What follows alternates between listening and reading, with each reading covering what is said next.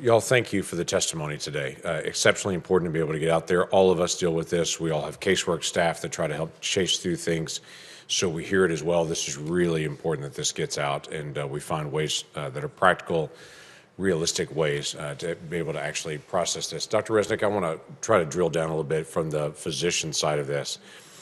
So insurance plan reaches out, let's say early summer, and says we're looking to be able to put all of our networks together for next year. You want to be in network or out of network? They negotiate you.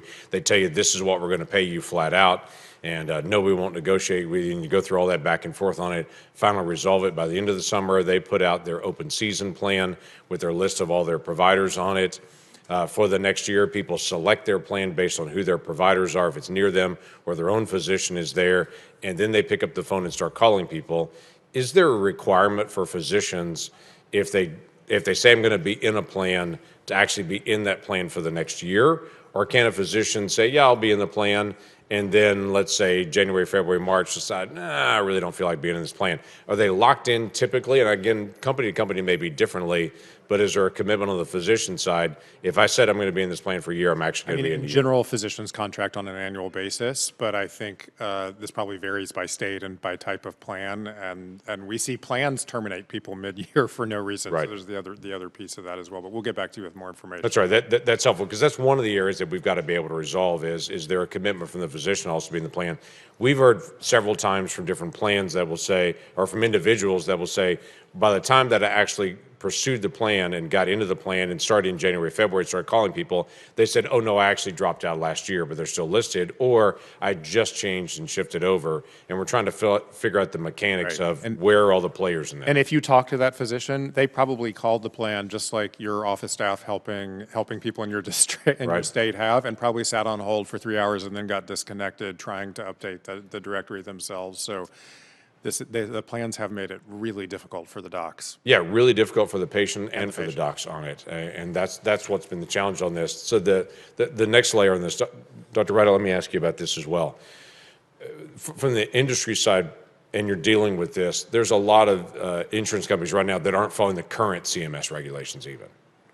So the issue always comes back to us. They're not following currently. Let's add one more and see if they'll follow that one as well. What do you see as the solution here in this process? Because I don't want a single constituent to be able to call and say, I don't know who that is. Ms. Myrick's testimony was powerful to be able to say, don't know who that is. That person died. Sorry, we don't take people anymore. We haven't been on that for years. That's plans just not updating and doing their work, but they're already violating CMS rules. So from an industry perspective, what's the answer on this?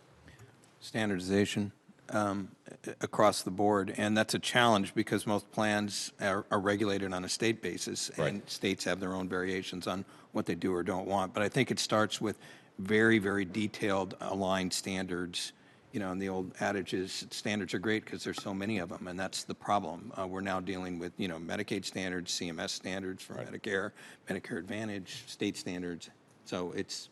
Yeah, there are state regulations, but this is a Medicare Advantage. This falls right into this committee of what's happening in Medicare, Medicare Advantage and such, so to create that centralized standard for that.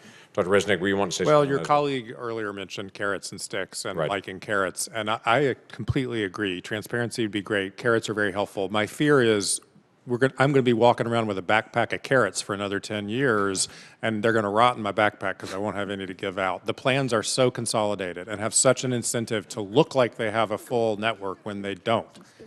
That I think in the Medicare Advantage space that you have jurisdiction over, and in the exchange space that you have jurisdiction over, we do need some sticks. We do need monetary fines. These are big plans with big resources that have the capability and responsibility to put out accurate directions. So the sense would be, like the chairman was saying before, if we end up calling a secret shopper type calls or whatever process that we do from a third party or whether it be a federal entity and find out, no, these folks don't actually exist, then they get a fine to be able to come in. So it's a requirement on them to be able to fulfill that. Right. There's always going to be a little background noise and a few inaccuracies, but when 80% of the directory is inaccurate, I think you can say that is a planned failure. That's a massive issue, and it's a big issue for us in rural Oklahoma, that there will be companies that will put out a plan and that everyone looks at it, selects a plan, then they get into that plan in January and find out it's not real. And they can't go anywhere. Or if they're going to go anywhere, they're going to have to drive 150 miles to be able to get to someone. They assume the people that were listed locally actually existed and accepted the process. So Appreciate your testimony today.